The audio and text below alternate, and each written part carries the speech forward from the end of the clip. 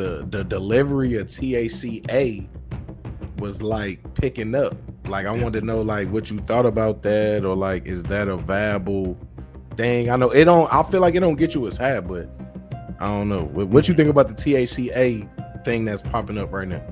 Essentially, the whole reason why THC, for just to back it all up, so THCA is literally the same thing as THC, just the A component falls off when it is burned, when it goes under heat. So it's, you know, essentially it is the same exact thing. So there's no difference from THC cannabis or weed with THC and weed that's labeled THCA weed. I guess that would probably be the main issue with, you know, that product is the education. You know, a lot of people don't understand the similarities because there's really not any difference.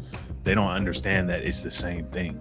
The reason why this all came into effect is because of the 2018 Farm Bill that Trump signed and put into place. So under that bill that legalized, you know, hemp, which is cannabis, it's, you know, it's just hemp is any type of cannabis that's under the THC percentage of 0.3%. There was some people in the previous episode where they felt that, you know, we were either giving away things that wasn't already given away, or we were promoting.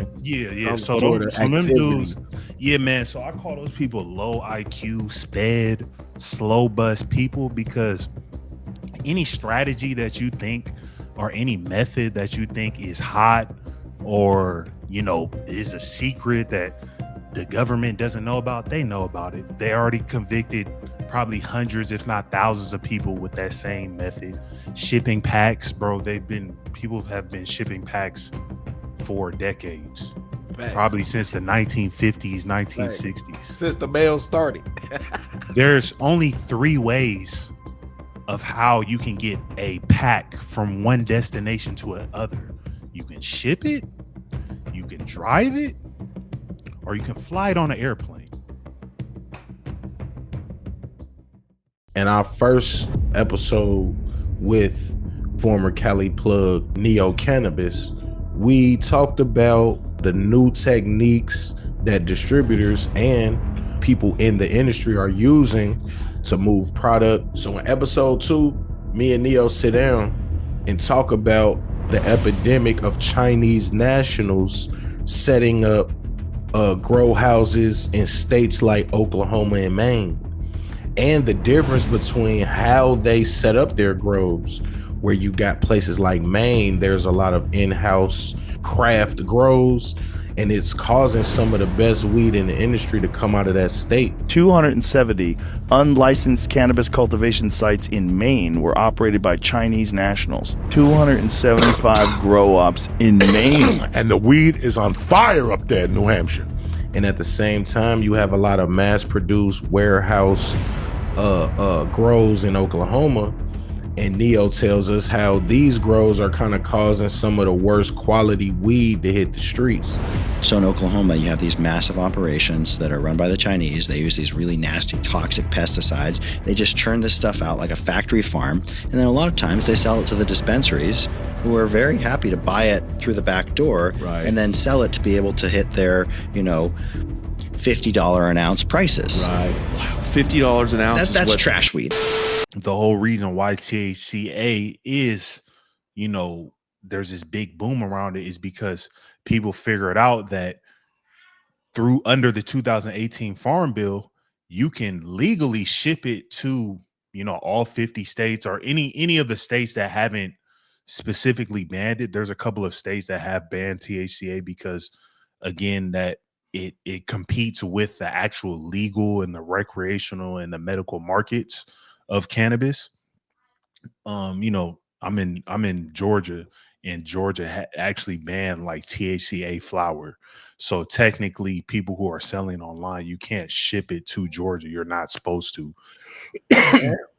Damn, I ain't know that, man. Yeah, but there is a lot of different legal proceedings and a lot of, you know, Yeah, it's just a lot of gray area because Right. any type of federal law is supposed to supersede any state laws. Right. So I know in since Chicago, the THCA stuff, man, that's like it's in the gas stations, it's like really yeah, everywhere. yeah, I in a didn't lot know. of states, yeah, a lot Yeah, I of feel like it states and don't get you cities. as high, man. What you think about that? I've never really tried it, and I've heard the same thing, but um, it might just be because the quality of the product is not as good as stuff that's in the dispensary or stuff that's sold on on the black market. Some of these top black market brands that have product, or just like the person that sells it, out their house. Like it just might not be as quality product because a lot of these THCA farms, they're pumping it out by like the masses, like pounds and hundreds, thousands of pounds. You know what I mean? Like the Chinese are really heavy in the THCA market. The Oklahoma, that state is super heavy. Tennessee, things like that. So it might just be the quality of the product, but as far as like the chemical makeup, it's exactly the same as THC. But as far as delivery, what I was talking about was through the 2018 Farm Bill. It really just opened, it created a situation where it just opened the door to people just being able to ship weed legally. Like technically, even if your package got seized in the mail, like the government they can't do anything about it because it's a legal product. Wow. It's a legal, it's something that under the 2018 Farm Bill is legal for all, fair trade and commerce and things like that, even throughout the whole nation. So yeah, I think it's just it's really big now because for states where there isn't access to cannabis, you know, as far as on the legal side, it just gives, and even for people that may not have that much access on the black market side, it gives those Mhm. people, a source to purchase it, online and have it show up straight to your doorstep. And there's some brands that are making like 50 million, 100 million, 200 million dollars per year, just selling it online, running Just the Facebook THCA. ads. Yeah, Facebook ads, Instagram ads, and just scaling their business. Like there's a company called Mood. They're out of Oakland, Oklahoma, and I know for a fact they're doing over $100 million in sales per That's year. crazy. Yeah, So I heard you talking about the Chinese. The Chinese you're saying are currently in America, in Oklahoma, they're farming everywhere. farming. They're everywhere. I was actually digging down, I was going through like going down through a rabbit hole. I found out they're heavy in Maine. Like yeah, exactly. States you wouldn't even Crazy. think of. These people go in, they go buy houses cash in a plethora of cities and states across the country. They go buy houses cash. They'll pay over the asking price and set up shops, set up grow houses, and get to work. These people, if you know anything about Asians, like Yeah, no they're playing. strategic. They don't play. They're, everything is in order and organized. Like, so yeah, like what I said, how you just was like just confused. Yeah, I was going through down a deep rabbit hole. Like they're in Maine, New Hampshire, like they're everywhere. Definitely Atlanta, anywhere where they could set up shop and corner the market. Definitely Oklahoma, because Oklahoma, they can actually be legal. You know what I mean? They Ah, can get licenses in Oklahoma because the barrier to entry is so low. I believe Oklahoma, all you need is like $10,000 and you can get a license. Like it was no really wow. other requirements, like how some of these other states try to box you out, like New York and California and things. It's like all these different hoops and things that you got to jump through. Right. That's why they're so heavy in Oklahoma, because the barrier to entry is so low. I think now they're starting to limit the amount of licenses that they're giving out, but before 2024 2023, it was like literally if you have $10,000 you can get a license. Like Wow. that's why the whole Oklahoma market is so messed up, because there's just so much competition. it's just so much people just, they have nothing else to offer but product, and then trying to undercut other people's prices. So that's why in Oklahoma it's like you can find dirt cheap weed, and then they done flooded the streets of all the other major cities in America with just that terrible quality weed. Yes, there is probably some good growers, but for the most parts I heard like the Asians and the cartels, the Mexicans, they run they run it down there when it comes to like the mass production of weed. Right. It's more like a Toyota and not the Lexus. You know what I'm saying? It's the mass produced. Mass production, pesticides, heavy metals, anything just to get, just to yield as much flour as possible, just to make it look just good enough, smoke just good enough to where they can make a good amount of margin, but just pump out as much product as possible. That's their whole goal. That's crazy. What you think they market is? Like you said, they started around 2021. What you think like the Chinese? Because we talking about like Chinese nationals. Like let's keep The it real. We talking nationals, about yeah, Chinese because nationals. you have to think they're getting people from their country, getting them inside of the US, and now they're getting free labor because those people that are coming, and there's I'm not just making this up. There's news stories. There's people that have done investigative documentaries detailing all of this. Right. They get people in from their country into America, and then as part of them getting you into America, now you have to work off that debt.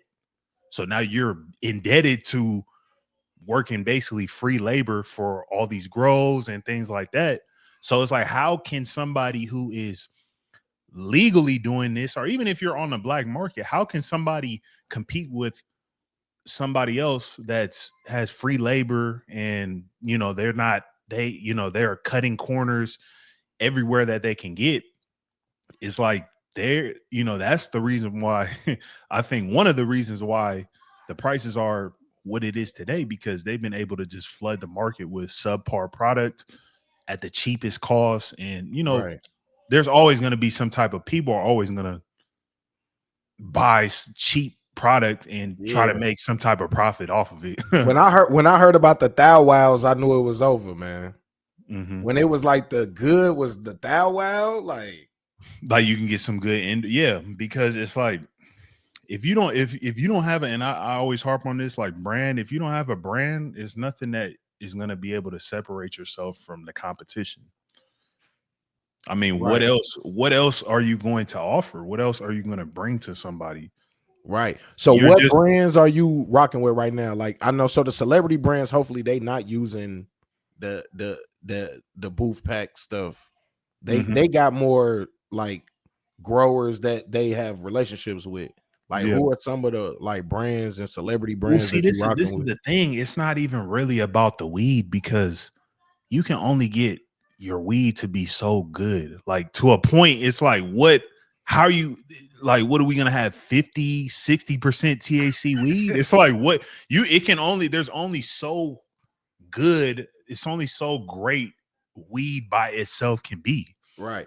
So it's not really even like, oh, this is just the best weed in the world. Yes, there is some brands that have amazing weed and they have amazing growers and things like that, but it's more so investing into building a audience, building a demand for your product. So Right. some people that I've seen definitely, uh it's a dude named Be Easy. He does really good marketing. I think his brand is called like the Candy Shop or something like that. Yeah, I heard like all the candies is going crazy. Everybody Yeah, got well, his different brand candies. is called the Candy Shop. Okay. He's like a black market brand. I've seen people like Wizard Trees. It's some, I'm not too deep into like the black market, as far as like who are the hottest brands and things like that. But Mhm. I feel like it's usually the black market pushing the agenda, pushing the creativity. You know, the black market is the innovators, and Mhm. then you see, okay, so you saw runts, and then you see like a year later, then it's mass produced and it's in all the legal dispensaries and things like that. I see. It's because the black market made it hot. So Right. That's why I say, like, all the innovation, all the creativity, it's really the black market pushing that. The black market is pushing that envelope. So like the celebrity brands, are they like, because it's a lot, it's like celebrities that got like legal Yeah, brands, right? definitely. Like, are they pushing innovation? Like what's going on like with the legal brands, I guess the Legal non-black market celebrity brands? brands. Yeah. Yeah, I think the issue with a lot of these celebrity brands is that they think their celebrity alone is going to make their brand hot and make their brand in demand. Ah, okay. I see. And in just cannabis, it just doesn't work. Like Jay-Z tried to do the same thing. His brand flopped. If Jay-Z I can't see. sell weed, it's like, I've seen 2 Chainz had a brand, Jim Jones. I think Carmelo Anthony just started his own brand. It's like, I don't, no offense. It's just like, I don't really see too many of those brands, really making any type of waves. Yeah, they're at all the events and, Hall of Flowers, these big, industry events, Hall of Flowers, MJ BizCon. Ricky Williams actually has a brand as well. A lot of celebrities have brands, Right. but But you saying that the black market and the real people that's really invested into the culture, those are the ones that's that are innovating. pushing Right. the innovatives and pushing. Those are the ones that are usually the brands that are most in demand and the most hot, the most popping brands. And a lot of Mhm. the time, and most of those brands are really, all of them that I know of, to my knowledge, they're not owned by any celebrities. They didn't Right. have to leverage, and if they are, it's not like they had to rely on the celebrity to make them hot. You know what I mean? A lot of celebrities and a lot of famous people come into this industry and think, oh, I have 1 million followers. I'm this, I'm famous, this and that. And if I launch a brand, it's just gonna blow up to the moon. Like, it doesn't work. Yeah, maybe in certain other industries it may work like that, alcohol, food, beverages, but in cannabis it just doesn't work. It's a different dynamic. It doesn't work like that. You have to get hot organically in the streets, and then Right. the streets will push you as far as getting hot legally. Right. Now once you get bubble in the streets, then you want to bring it to the dispensaries, because that's going to legitimize you. Even if you're not really selling units, you want to Right. get into dispensaries, because then that also creates another level of separation from you and other black market brands, because now you can say, yo, I'm in actual legal dispensaries. Right. Even if you're not really selling that much, even if 80% of your business is the black market, the blueprint is still using the streets as a stepping stone to go legal. Now, whether if you want your business to be 100% legal or 50-50, that's not my call. That's Right. depend. I'm not telling anybody to do anything, Right. but Hey, I you wanted to need, talk to you yeah, about that too, because yeah. there was some people in the previous episode where Mhm. they felt that we were either giving away things that wasn't already given away, or we were promoting Yeah. some So sort of them activity. dudes, yeah, man. So I call those people low IQ, sped, slow bus people, because any strategy that you think, or any method that you think is hot, or is a secret that the government doesn't know about, they know about it. They already convicted probably hundreds, if not thousands, of people with that same method. Shipping packs, bro. People have been shipping packs for decades, Facts. probably since the 1950s, Facts. 1960s. Since the mail started.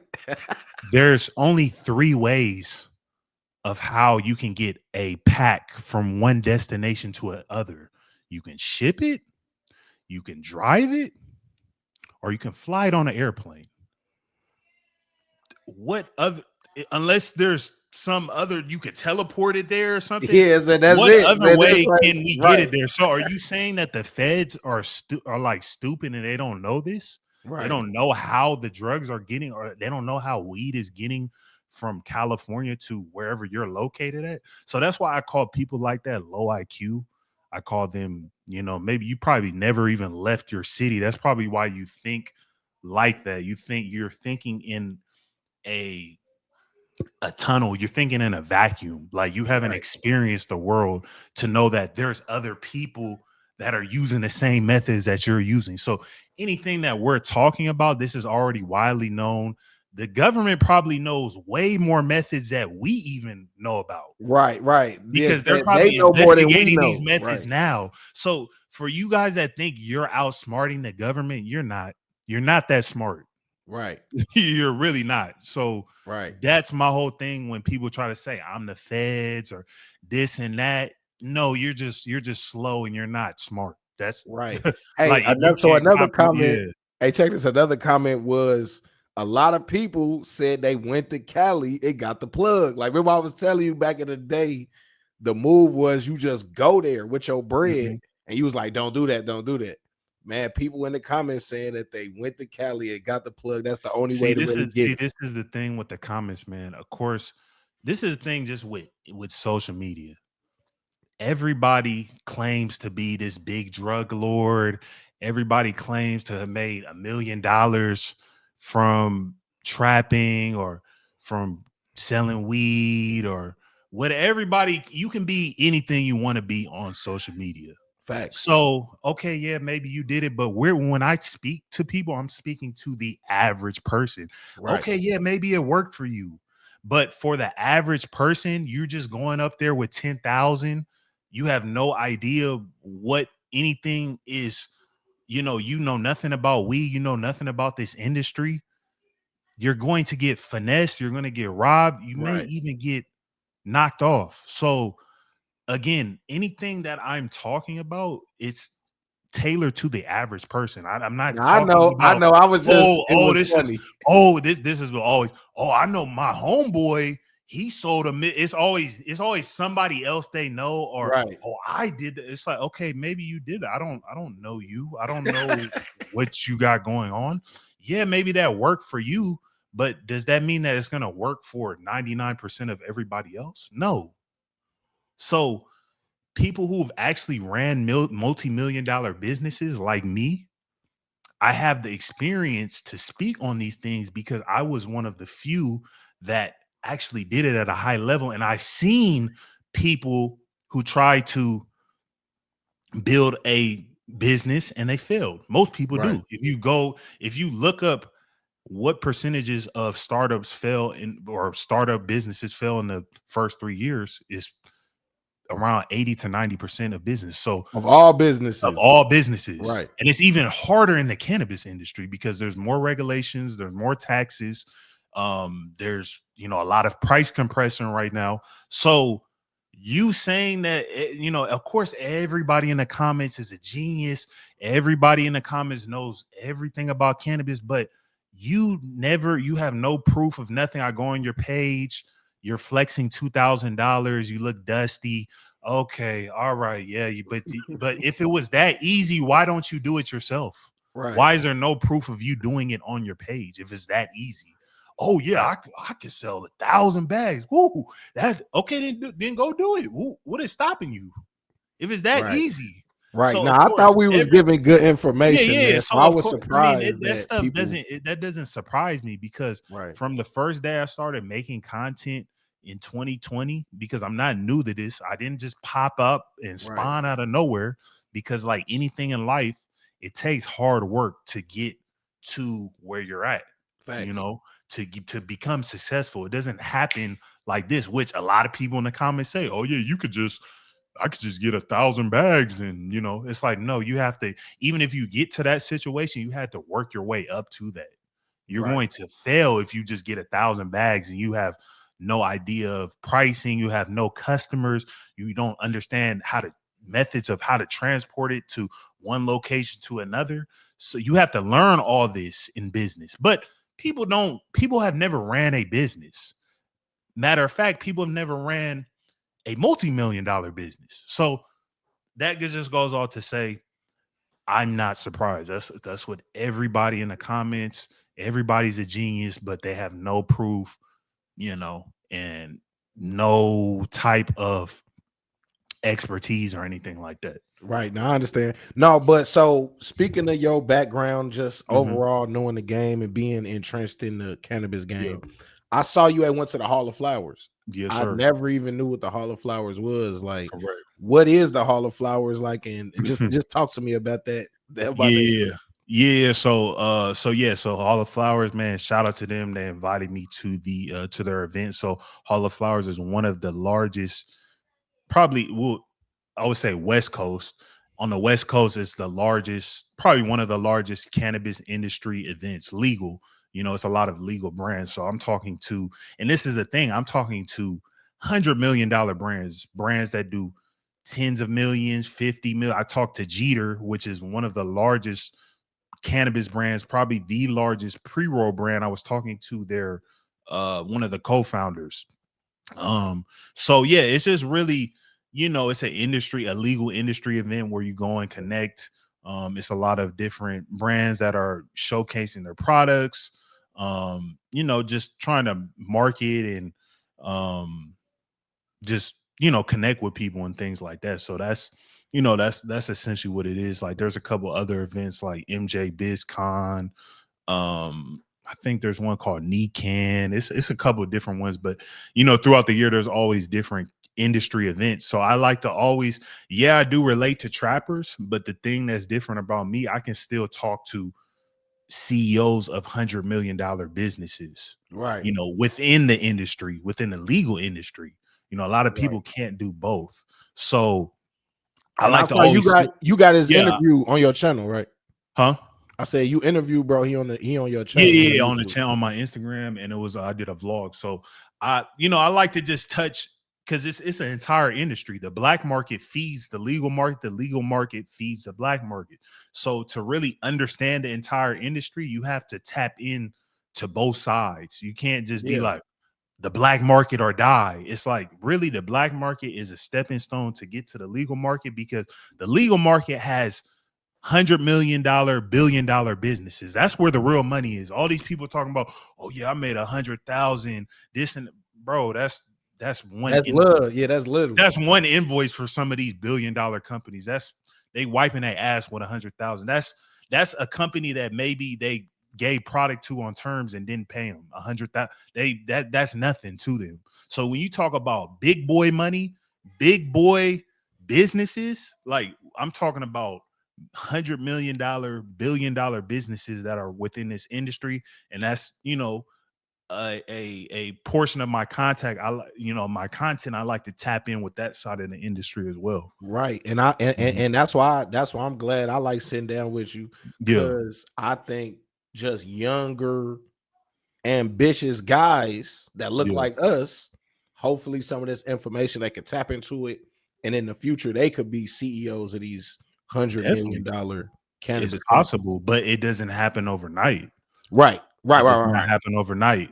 No, whether you're doing it on the black market side or you're doing it on the legal side, success in this industry, success anywhere, it's not going to happen overnight. But contrary to popular belief, everybody thinks you could just drop them 1,000 bags and then they're just going to be a millionaire. But I've yet to see anybody of the people in the comments that are claiming this, their profile and whatever, it doesn't match up to this. But then they say, oh, why would I put that on my well, bro, you're the one that's on here bragging that you're Right. You making all talking this about money. it, right? You're the one that's that I don't know, you're commenting on my video. You're the Right. one that's bragging. So of course somebody who has no motion is gonna use that as a cop out. Oh, I'm not gonna put it's like, nigga, you're the one that's bragging on here, bro. Right. You got 10,000 scenario. You got 10,000. Mhm. Would you go THCA flower? Would you go like the oil, like the pens, or Mhm. would you go like the regular traditional flower? Like where you think the market is going in the future? Yeah, so the problem with THCA is people are not educated on that side of the market.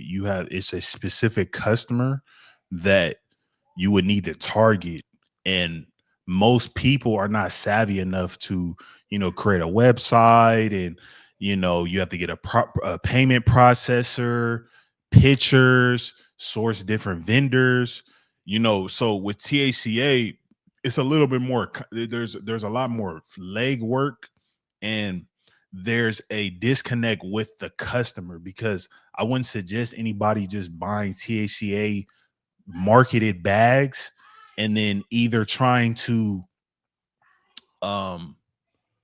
unethically market it as regular THCA product when it's not, because that would be unethical.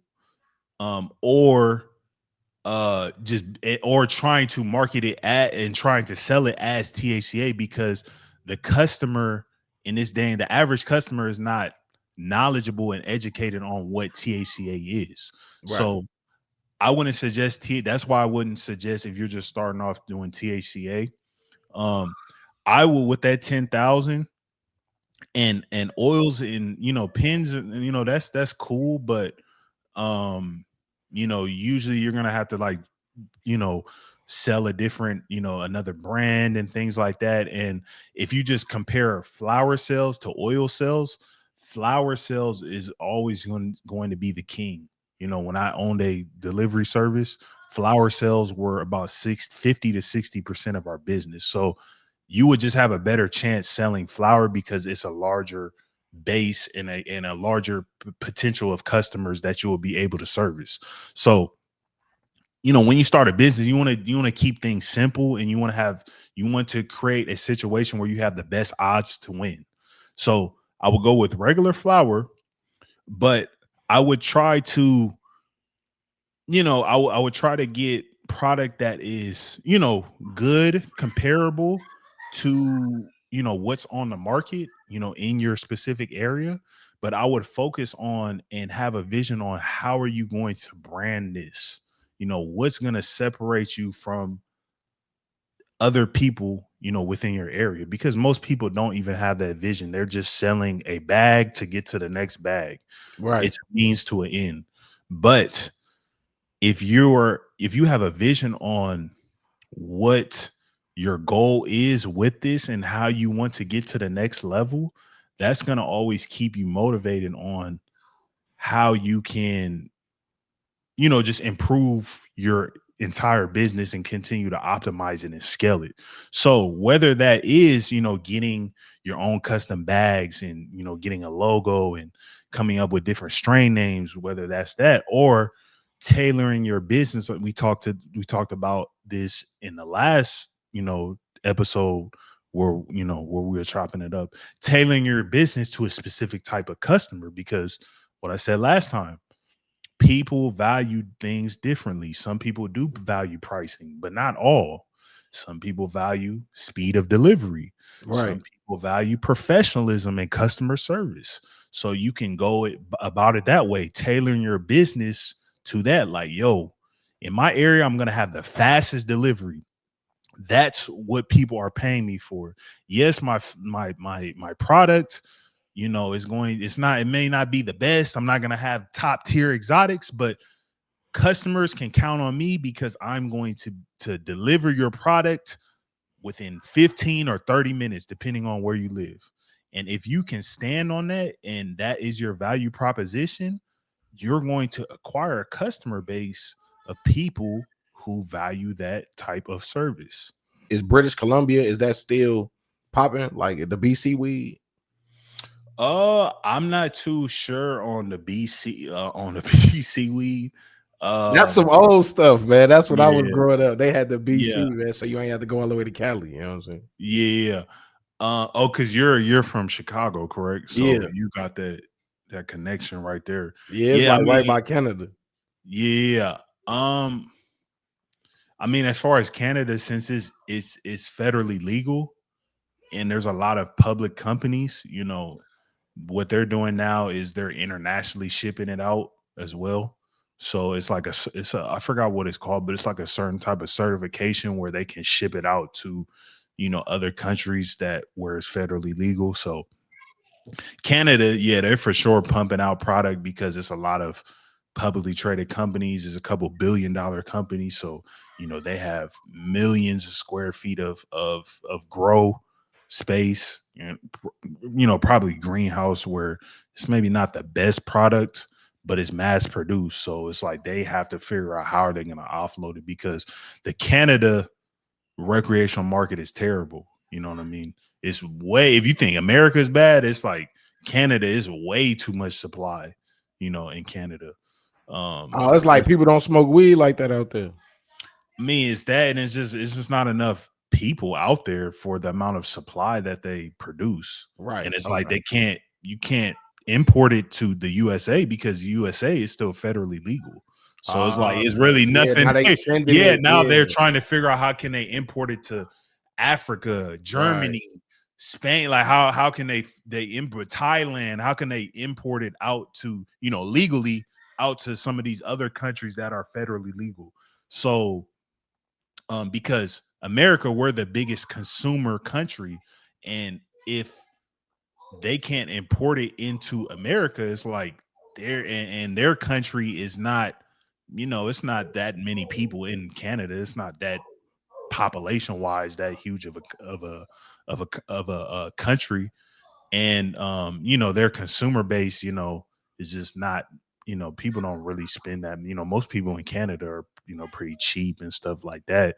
It's not really known as like a place where people flex and stuff like that, trying to buy designer weed and all that. Let's say we was to rank all of these different regions. Like, who got the worst weed to the best weed? Like quality, like percentage. Quality from what I'm hearing, and I get a lot of DMs, emails, comments. From what I'm hearing, the worst is probably Oklahoma. Okay. So Oklahoma will be at the bottom. From what this is what I'm hearing from, I get DMs, I'm just like the source of the streets. Like I get DMs. Yeah, it's always people that from Oklahoma that's gonna fight back, and but they're just so outnumbered. Like it's just people like, man, Oklahoma, bro, that shit was garbage, bro. That shit was terrible. Yeah, I'm not saying all the weed out there is terrible, but I'm just saying, like, from what I'm hearing, like, and it's not just me. Like, that's the thing. I can go based off of my audience, of thousands of people, hundreds of thousands of comments. Oklahoma probably the worst from what I'm hearing. So who's above Oklahoma? So it'd be Oklahoma at the bottom. Then who's next? Give me some states. So you got Colorado, you got Michigan. It's probably Oklahoma and Colorado is probably like they right there. Okay. Yeah. Michigan is middle tier. I've heard some decent things about Michigan. With some other states. New York. New York is still kind of in its infancy stages, because they just went legal like 2-3 years ago. So it's like they don't really have the infrastructure yet. And then they're known for the, right now, like the spray packs. So that kind of, I would put New York, but New York is known for some, really some legacy strains, definitely like Sour Diesel, the Haze, stuff like that. So that kind of just, So on name, maybe they like in the middle of culture. Due to culture, it kind of like, because it's some it's some culture from New York, like the rappers and stuff like that. Right. And then what's some other states other than Cali? What you got, like Oregon? Man, Cali, I'm hearing Maine, bro. The Bay, Maine, New Hampshire. Maine. That's some of the. I heard that's some of the best weed. That's what I'm hearing. And I'm about to drop a video on that. Okay. It was like Joe Rogan was about it, and somebody else, and he was saying like, man, Maine got some of the best weed in this in the nation. That's that Maine, same kind of like environment too. Like it's cold and rainy a little bit, but it's not. Yeah, they do more so indoor, but it's just like the culture up there. They just take it really serious. You know what I mean? So Maine versus Cali. So like I guess Maine, New Hampshire is like the new people, and then Cali would be like the old. Yeah, Cali is just gonna be the legacy. I mean, you got the Bay, you got Humboldt, you got LA. It's just hard to compete with Cali. All the candy strains, the runts, cookies, gelato, Sunset Sherbet. Of course, you got all the OGs, Granddaddy Perp. It's too hard. It's too hard. Yeah, lemon cherry gelato. It's like, bro, any hot strain has came from Cali. Right. Even the last three hottest strains: cookies, runts, lemon cherry gelato. we're all those are the probably in the past 5-6 years. Those was probably the three hottest strains in our culture, all Facts. from Cali. And even before that, Granddaddy Perp, all the OGs, like bro, it's not it's not even a and all the best growers. You got Sacramento, you got the Bay, you got of course LA is more so like the distribution hub. Right. They got the OGs, but it's like if you want to get some bags, like you gonna go to LA. Facts. Of course, you got Humble. That's like the old school, the legacy, like the cult, like that's the essence of the culture is in Humble. Right. That's where all you get all the depths and the light doors and the outdoors and the greenhouses and stuff. Like if you want that type of weed, you'll go up there. But if you want that exotic indoor sack, the Bay, you know what I mean? LA is going to be the distribution hub. Right. That's so where you can they grabbing skip all that stuff. They grabbing it all from Sac, LA, Humboldt. I and mean, they Sac, bringing it to Bay, LA. Humboldt, and they run it down to LA because LA has, all those warehouses and everything where they can, the high rises with the Asians, with the guard in the corner where, it's just a good distribution point. Right. So then that's like the little tier list then. So you saying Oklahoma at the bottom, then you got Colorado, Yeah. then you got New York, yeah. Michigan, Maine, and Cali still at the top. I mean, I'm trying to think of what's some other states. It's not really any. If you're talking about legally, like legal, yeah, like the big groves, really, them like the main areas, I think. Yeah, it's not really. I mean, you got like Nevada, but I haven't really heard too much. My fault. You got Seattle. Seattle, Washington. Okay. Yeah, Washington would be maybe a level below Cali for sure. Okay. Yeah, Washington. Oregon is more so an extension of the Humboldt. They got a bunch of woods and the country rednecks. It's an extension of that. If you want the outdoor packs, right, for sure, yeah, that Oregon is going to be, it's just kind of like an extension of Humboldt.